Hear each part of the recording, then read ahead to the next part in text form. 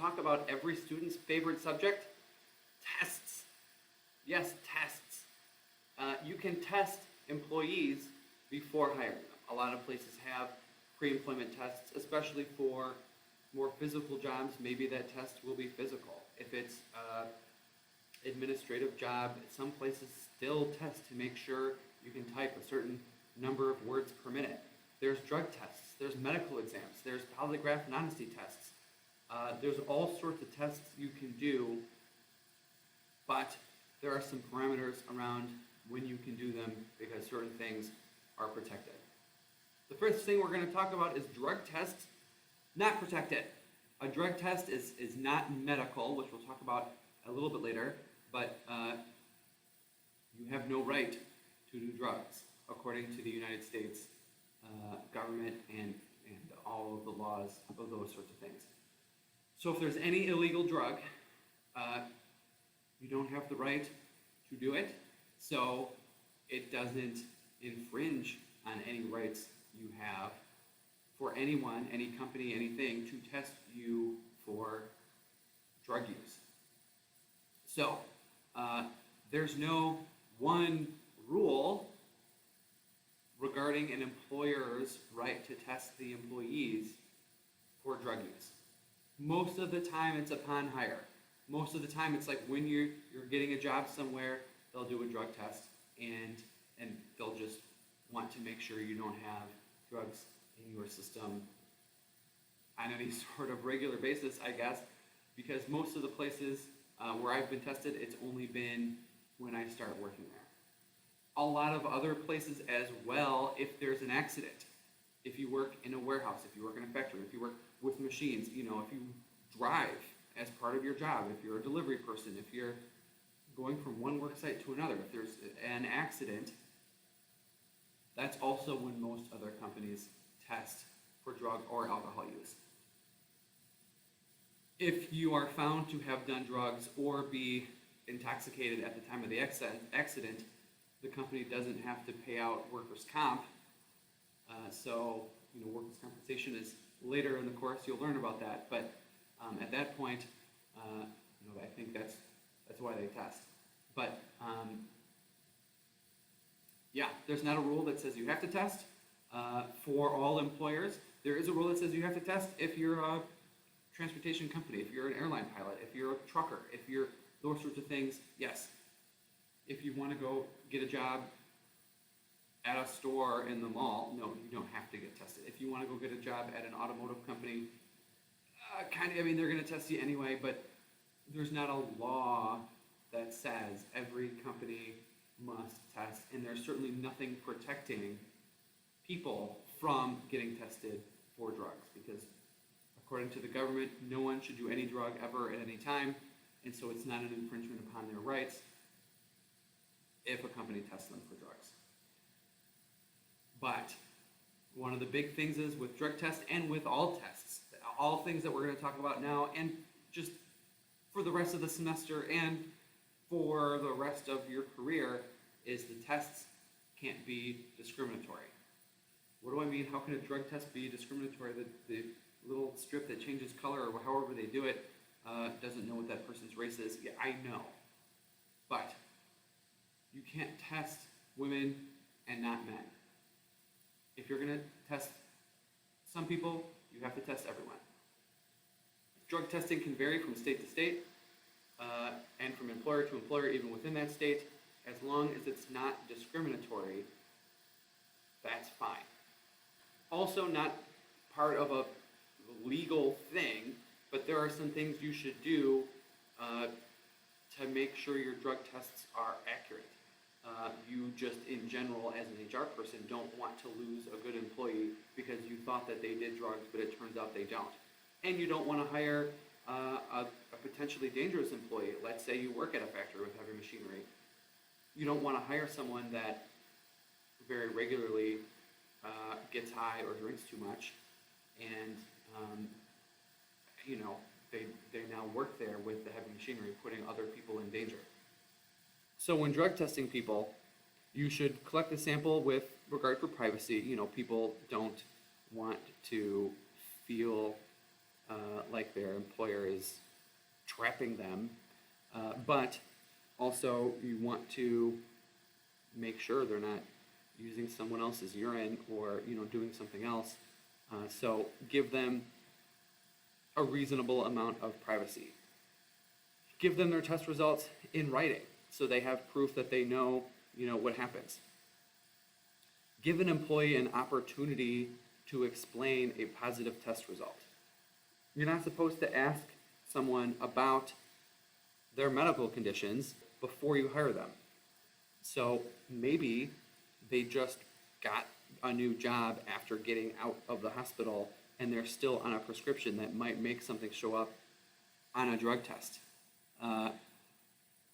If the test comes back positive, then let them explain, and they can bring you a prescription, a note from their doctor saying, yes, this person is on this drug and it's supposed to run out in whatever, a week, and then that can explain their positive result.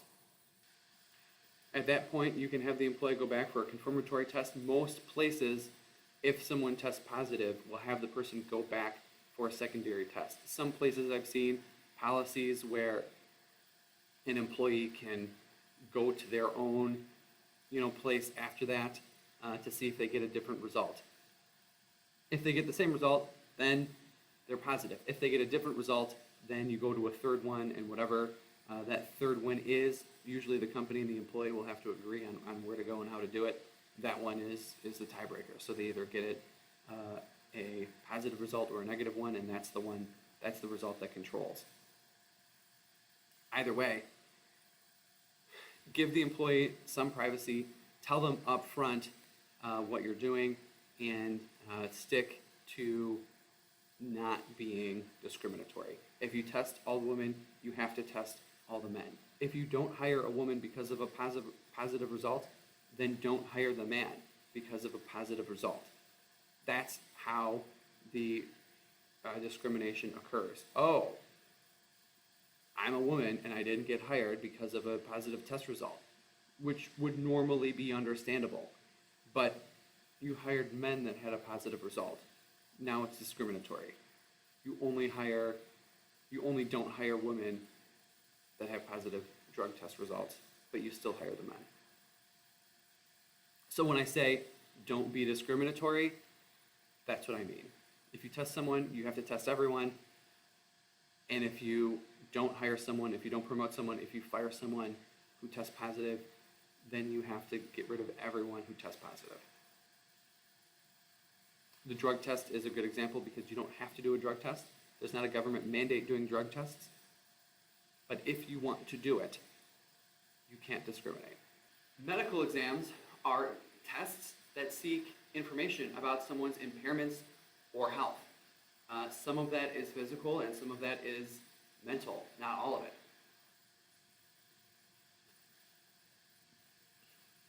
Using the drug test as an example, that's not a medical exam because no one takes illegal drugs for their health. There's no doctor actually prescribing illegal drugs to everyone.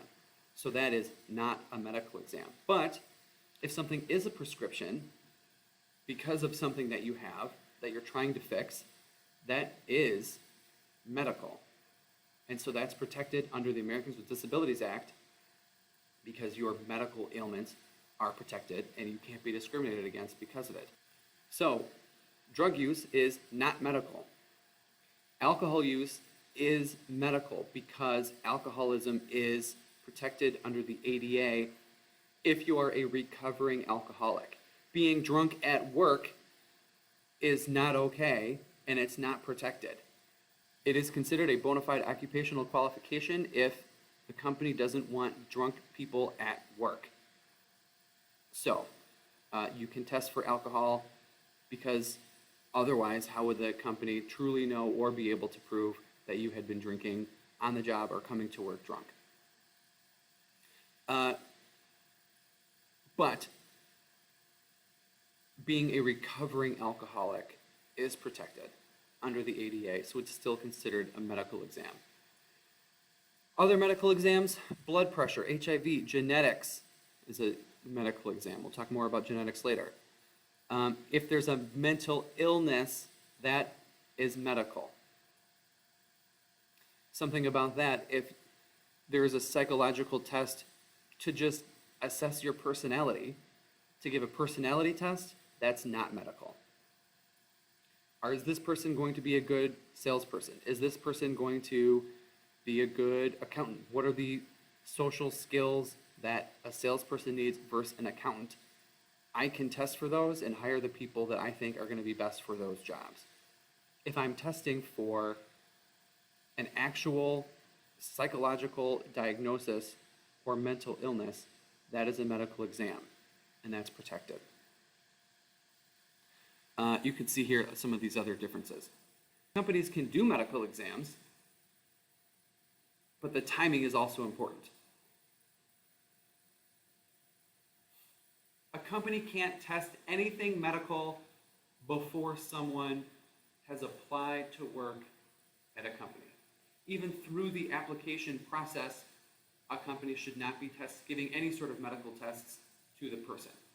The company has to wait until they give a conditional offer of employment. This is why all the offers of employment are conditional, because the company wants to make sure you pass your background check, you pass your medical exam if they do it, you pass your drug test, all of these things. And then you have to pass those, and then the conditional offer becomes more of a firm offer of employment, and then you can start working somewhere. But let's take a look at this chart. Before you give someone an offer of employment, you cannot test anything medical. You can't send them for any medical test, any test at all. You should not be doing it.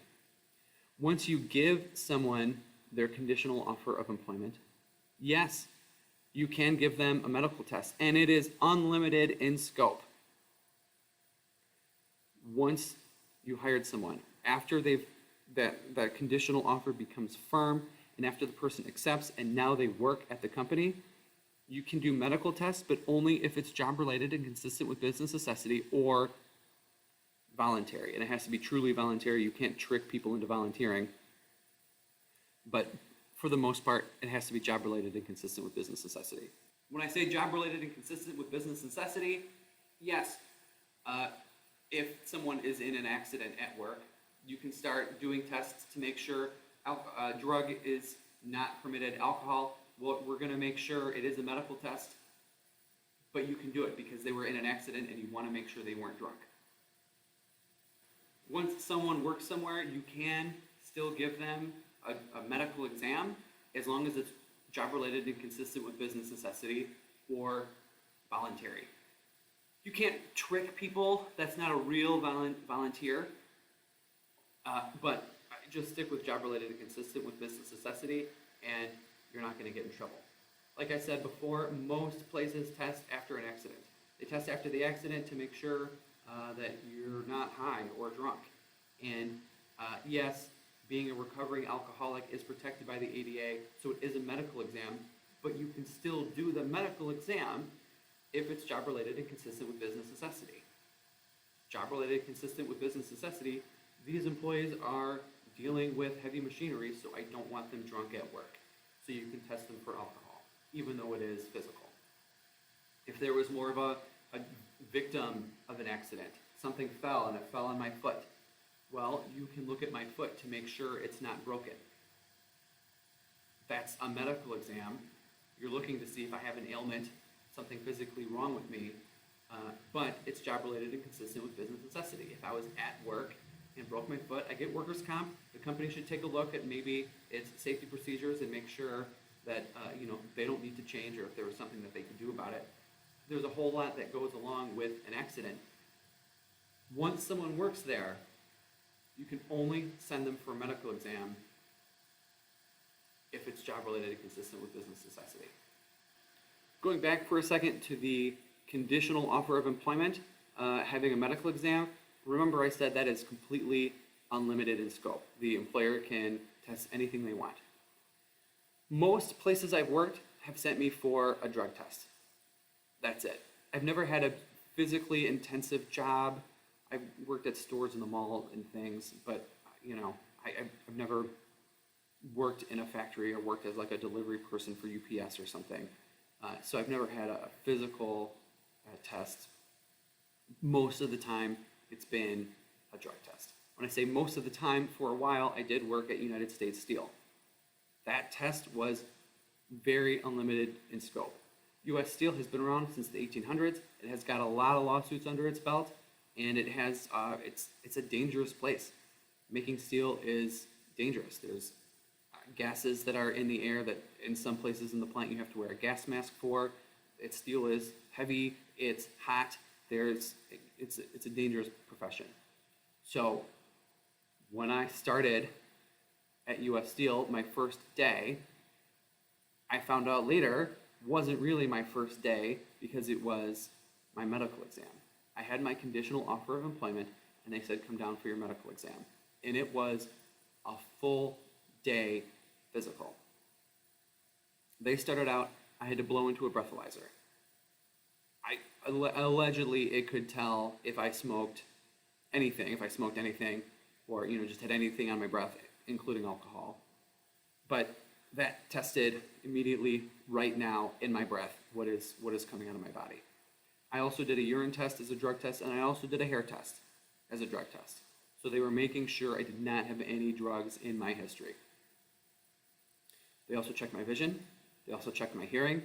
They also did like regular physical stuff where they like push on your stomach, turn your head and cough. Guys know what I'm talking about. I don't know how they do it for girls, or if they do it at all. I had to sit down, and they kind of talked to me and just, saw how my life was, how it's going, and it was, later on I figured, a psychological test. They took x-rays. They took an EKG. I was there all day. And I'm sure those are like the biggest things that U.S. Steel had issues over, because they x-rayed my chest to look at my lungs. Because when I said I was a non-smoker, they were making sure. U.S. Steel didn't have a policy to not hire non-smokers, but if my lungs are clear when I work there, and I work at a place that emits poisonous gases all the time, and then I develop a lung disease, I can show U.S. Steel, no, I did have very clear lungs when I started working here, and now I don't. And on the flip side of the same coin, U.S. Steel, if I tried to sue U.S. Steel, they could say, no, when you started working here, we can tell you were a smoker because your lungs had all sorts of damage. And then now you're working here and you're blaming us for your problems? No, you already had that before you worked here. So these sort of things are a double-edged sword, but at least the company knows what it's getting into. But that was a full day, very unlimited physical that I had. And then it went into a medical file. Your medical file you keep separately than your employment file. But it was an unlimited in scope pre-employment medical exam. And they could check anything they want, and they did. And I passed. And so then my offer of employment became firm, and the next day when I went in was when I actually signed my offer of employment. So a company can test as much or as little as it wants when someone gets hired, but once someone works there, it can only test anything that's job-related and consistent with business necessity. Something else we talked about earlier were the genetic tests. Companies started testing genes in like the mid-aughts of the 2000s, and in 2008, a lot of states first, and then the federal government eventually reacted to make that illegal actually very quickly after it started. And so a genetic test is never allowed. This being a law class, of course, there's always a caveat, there's always an exception, but as a general rule, you can't test people's genetics. That is a slippery slope to where people with a genetic problem, with something that they're born with something that they can't help, will prevent them from working in a job. We think, no, your ability to do the job should be able to get the job. And if you can't do the job, it doesn't matter what the reason is, then you're not going to get it. But as far as testing for genetics and a company only wanting certain people based on genes to do the job is illegal. You can't test for genetics, and you can't ask for information. When I say test for genetics, I don't mean you can't like take people's bloods and actually look at their DNA, and you can't ask them about it. Part of genetics goes into like family history. The big one where people would get mad about is heart disease. Heart disease runs in a family. And so a company, if it saw you had the gene to potentially give you heart disease later in life, wouldn't hire you. And then they could tell the insurance company, hey, we want a discount. No one that works here is going to get heart disease. And they'll use economics as a reason to do it. But the government said, no, first of all, ADA protects people with heart disease as a disability, as an illness. But there's like a weird kind of in between where you're not firing someone for having heart disease, so that's not an ADA issue. You're firing them for the potential to have it. So the legislature was like, you can't do that either. You can't test genetic traits. But also, if my boss finds out my dad or grandpa or someone in my family line had heart disease, then you don't even need to test my genetics. You know that I have the possibility of having heart disease because that is something that runs in family. So you can't test and you can't discriminate against someone's genetics. If they find out accidentally, if I have to take time off to take care of my dad who has heart disease, my dad doesn't really have heart disease, but if he did, then they know I have the possibility of also having heart disease because it runs in my family. Even if someone finds out on accident, they still can't discriminate against me because of my genetics. The caveat when I said, there's always an exception is if you work at a place where your DNA is at risk, then they have to monitor your genetics. If you work in a nuclear plant where exposure to radioactive material could change your DNA, then yes, the company needs to monitor your DNA to make sure that you are not being exposed to radioactive material. So in those sorts of cases, you have to be monitored for your DNA. You have to be monitored for your DNA in order to make sure that you're not being exposed and that you're safe. Any other reason, you can't test someone's genetic traits, you can't discriminate against someone's genetic traits, you can't ask them questions that might get information to get their genetic traits. It's just protected, you can't do it. Don't ask for, test for, or discriminate on information based on someone's genetic traits. There's also the Employee Polygraph Protection Act. Polygraphs say they test for whether or not someone is lying. Polygraphs are an intimidation tactic. They're very, very bad at actually detecting a lie. And actually, it doesn't even detect a lie. It detects changes in your body. Your heart rate jumps when you lie, or something like that, and it tests those sorts of things. But if you're really nervous, then maybe your heart rate is elevated anyway. Or maybe if you are not nervous or you don't care about it, then your heart rate's not going to jump. And so polygraphs are very inaccurate. And in the late 1980s, companies started just routinely testing people to make sure they had good, honest employees. And the government said, no, you can't. That is really intimidating to people when you should just ask them questions and you should be able to tell if they're lying or not, if it's that important. To that, you can test people on polygraph if a major event happened. If someone stole something, let's say, from work, you can polygraph them. There's a lot of rules around when you do. People have to know the questions beforehand. They have to know if they're being recorded, like a camera, or if they're behind a two-way glass, mirror sort of thing. They can stop the interview at any time they want. You shouldn't be asking them personal questions that don't have to do with whatever that is. Don't start asking them personal questions about their dating life or about their religion or anything like that. Um, so there's a lot of rules around polygraphs. You are allowed to do it after an event. But as far as being a condition of employment, as far as like hiring someone or telling someone that they have to do it to keep their job or something like that, you can't give someone a polygraph test. Instead, you can just do other honesty tests. You can do paper and pencil tests. Paper and pencil is something like, hey, write down what you think happened. And then you ask them like a week later, like, hey, write down what you think happened. And see if their story changed a little bit. Or ask one person what they think happened. Then ask someone else what they think happened, and someone else what they think happened. And maybe one of the people might be lying, maybe not.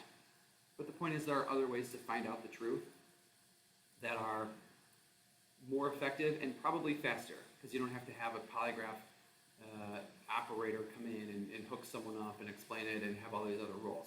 So you can only polygraph people if there was an event that happened at work. You cannot polygraph it. It is protected. Technically, it's a protected class.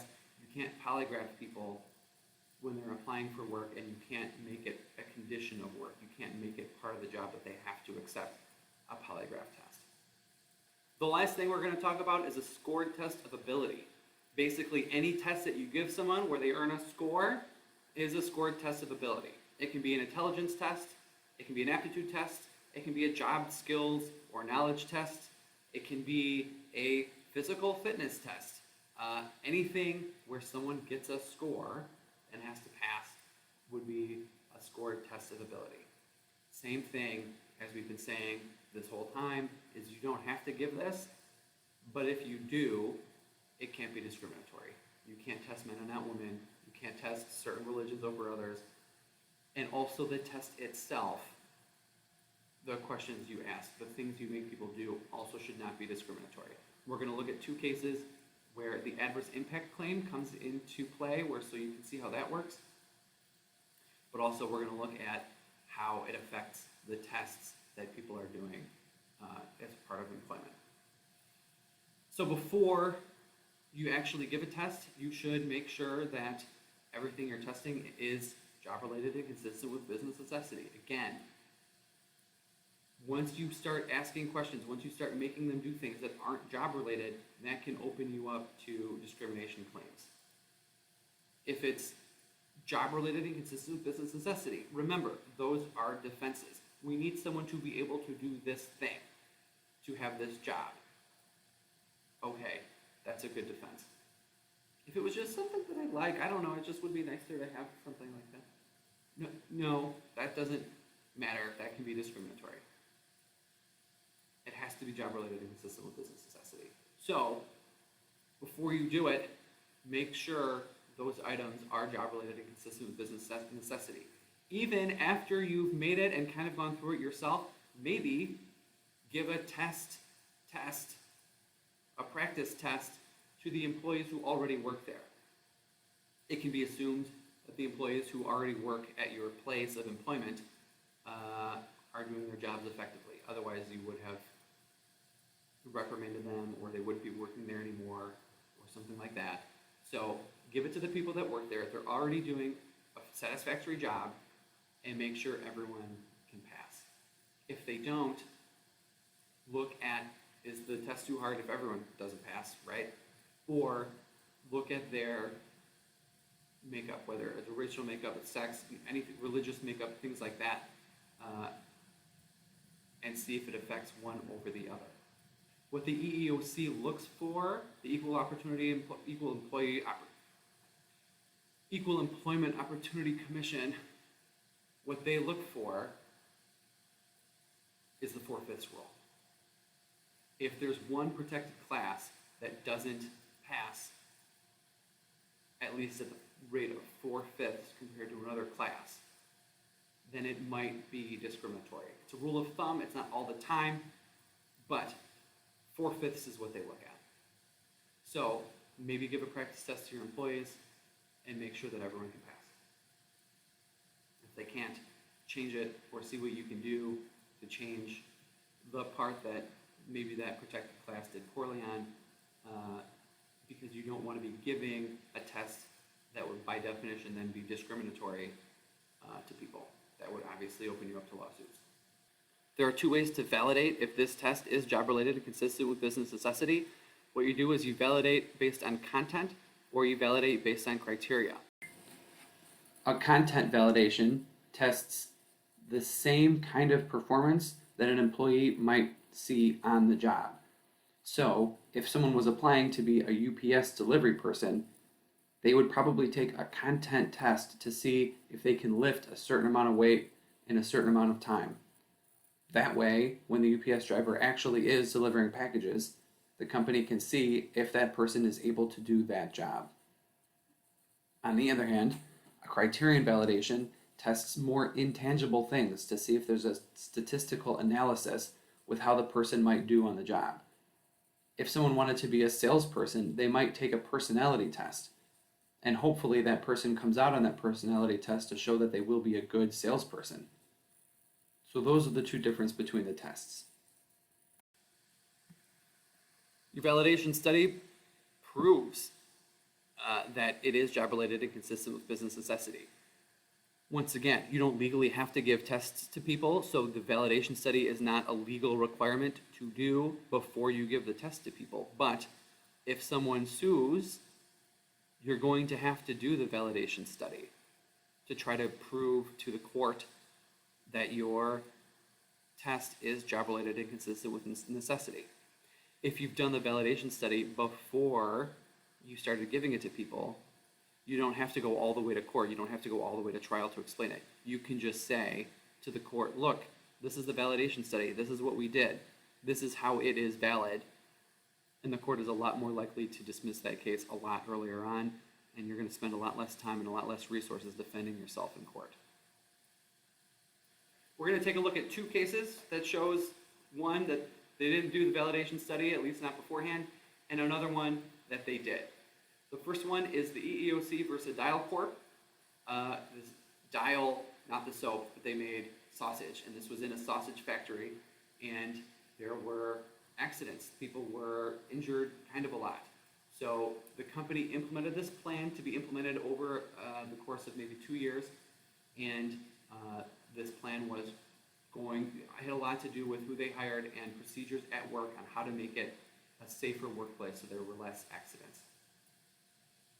One of the requirements was to lift a certain amount of weight in a certain amount of time. Dial, as a company, wanted to be real sure that they could do it, so it had them lift, I think, 70 pounds a certain number of times in a minute, because part of the job was lifting a box of done sausages and loading it into trucks. So it gave people this test. As part of that, women failed much more than men. There were already fewer women working there, but that was fine because before fewer women applied to work there, and that wasn't the issue. But this was a sex discrimination case, and the woman said, no. Here's your adverse impact claim. This is a neutral requirement. Everyone has to do it. It's facially neutral. On its face, everyone has to lift the 70 pounds at a certain number of times per minute. That doesn't say only women have to. It's facially neutral. But it disproportionately affects women. Women were not passing the test as much as men. And the second element is that it was way too much to be a coincidence. It's not like one woman failed and said, hey, this isn't fair to women. I think women made up about 38% of the workforce. After this test was implemented, the number of women who worked there went down to 15%, and the number of women who passed went from 50% to 7%. So they said, that's a lot. That's way too much to be a coincidence. So prima facie case was met.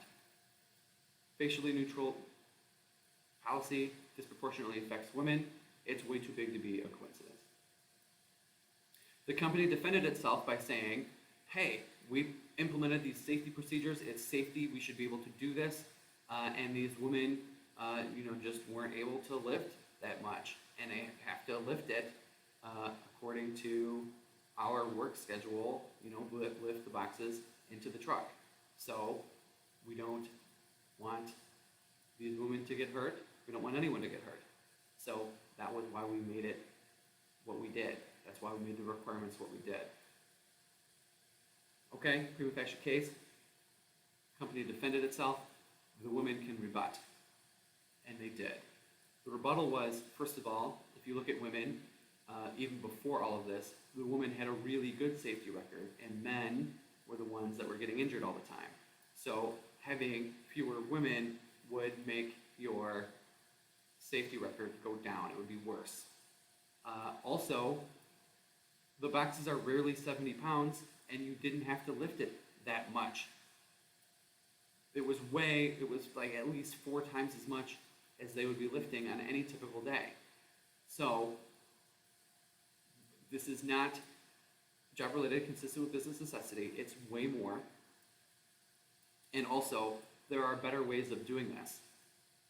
And you're just not doing it. We complained, we said this test is not accurate, and there are other safety measures that the company could take, and they listed a few. That the company didn't take those safety measures. All they did was just limited their hiring to anyone that could pass this test that disproportionately affected women so much it wasn't a coincidence. And the women won. The court said, yes, Dial Corporation didn't validate the test. The amount that is required to lift for the test is way more than anyone would do on any normal day. And the women are safer anyway. So limiting them is not going to solve the problem. So Dial lost. The other case, it was much longer because there was a case and then they went back and then there was another case and like I said at the very beginning, it's a messy thing and you don't just go to court like you usually do, but like on TV. Lanning versus SEPTA. SEPTA, the Southeastern Pennsylvania Transportation Authority. It's basically the buses and things for Philadelphia. SEPTA made employees run a certain distance in a certain time. Okay. Women failed a lot more than men. Once again, your prima facie case, facially neutral, that disproportionately affects a class. Everyone had to run.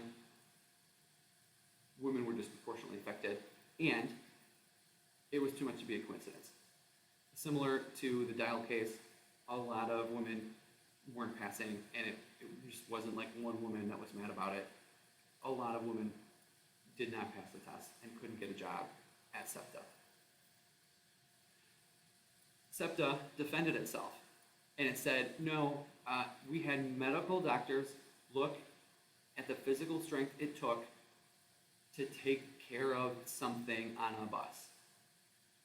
It's up to the bus driver if a fight breaks out, if there's a medical problem, or if something happens on a bus to help people in wheelchairs up, onto the ramp and that sort of stuff. It's up to the bus drivers to keep order on the bus, and so there is some physical activity that hopefully isn't necessary all the time. Hopefully there's no fight on the bus. It would be nice if no one was in a wheelchair, but there are people in wheelchairs, there are people that get in fights, and it's up to the bus driver to stop that sort of stuff. So, doctors looked at it, and doctors gave a correlation, medical doctors, to say if you can run, I think it was like 1 mile in 9 minutes or something, then you have the physical ability to take care of business on a bus. For an average Philadelphia bus driver might see at work. That was SEPTA's defense. We validated this. This is what's required. This is the minimum of what's required. If they run it faster, if they're stronger, if they can do more, great. But they only needed to do that much because that was the amount of strength it took for an average person to do at work. That was the validation. And there wasn't really a rebuttal to that.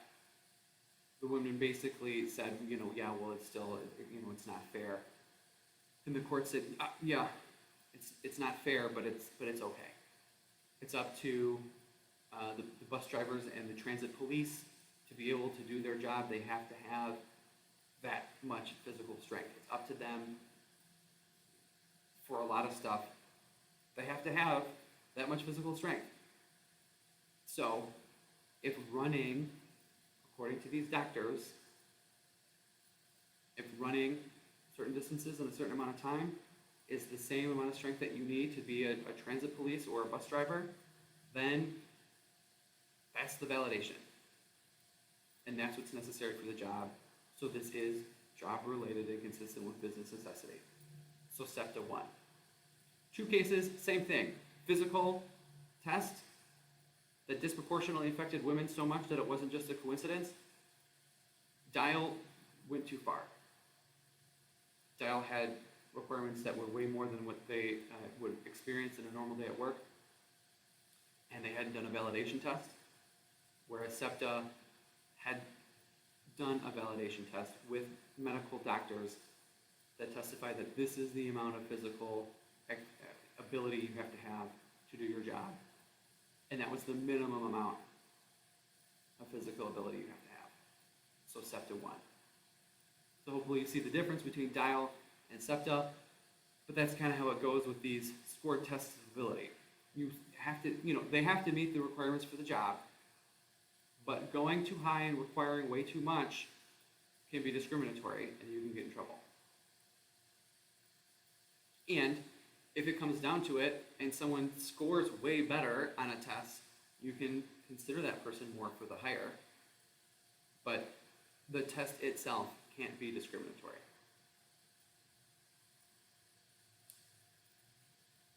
For the testing, you can have cutoff levels. I mean, like I said, depending on, how they do, you can choose. For most of the stuff, it's easier, it's a lot safer, according to the SEPTA case, to just have a cutoff level. You have to do a certain amount, and that's a cutoff level, and that's fine. Pass, fail. With pass, fail, you got to stick to your guns, though. If you choose a cutoff level, you got to be like Lanning versus SEPTA. You should have a good reason for it. Anyone that passes the test is otherwise eligible for the job, and they can come in for an interview or whatever it is. If you fail, you fail. If someone barely fails, don't make an exception. And it'll be a hard thing to do to not make an exception, but you can't, because then if you make an exception for that person, why didn't you make an exception for the other person? If you make an exception for that person, then you can also make an exception for this person, right? And before you know it, you had all these doctors, you had all this validation test done, and it means nothing. And so if it means nothing to you and to the company, it's not going to mean anything to a court and to a judge when you get there. So people will be able to argue, no, that's a fake validation study, because they follow it sometimes and other times don't. So they should not follow it with me too. And that can kind of be a rebuttal to, oh no, we have these qualifications. No, you don't. You use them willy-nilly. So that's a rebuttal to get people back, and then they would win the case. Especially with these physical tests or any test, people do have disabilities.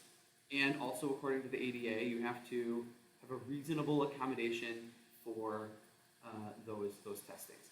There's cases where someone was deaf who worked at FedEx as a truck loader. They took the boxes off the thing, the conveyor belt, it's a whole thing, and put them on the truck, and that person was deaf.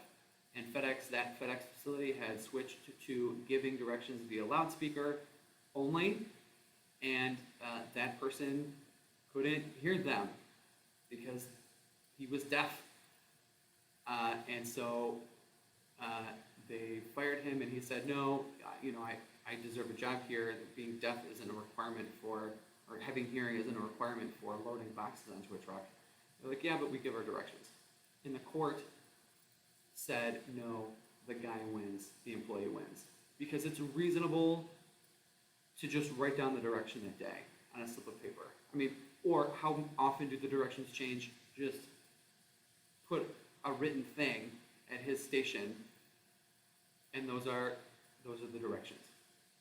Or, your supervisor should be walking the floor watching employees anyway. You have supervisors, that's what supervisors do. Have the supervisor tell him, oh, hey, look at the clock, it's time for lunch. Whatever it is. That's a reasonable accommodation. UPS drivers, let's say, who have who are in a wheelchair, who are like a quadriplegic, let's say. That's unfortunate, but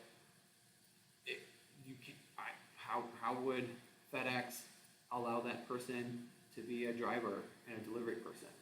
That person, it would be unreasonable to have that person getting in and out of trucks and taking packages to people's front porches and having them drive delivery vans. They can't do that. So, yes, FedEx can say, I'm not hiring people that are in a wheelchair to be delivery drivers. That's fine.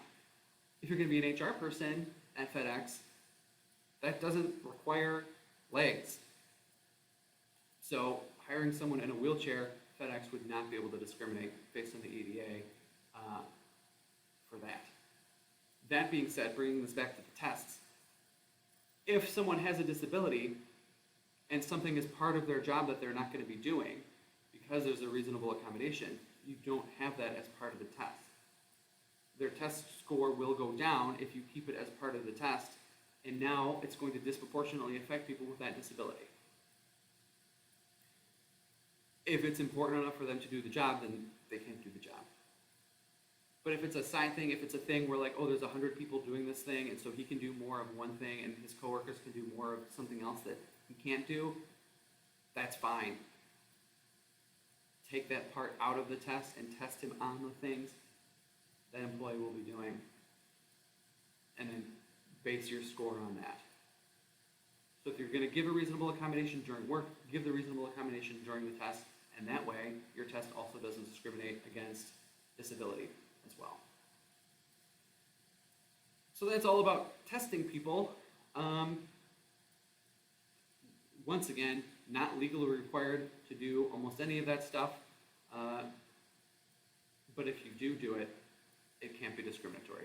The testing itself can't be discriminatory, and you can't be discriminatory in who you test. Not legal. Don't be discriminatory when you do it.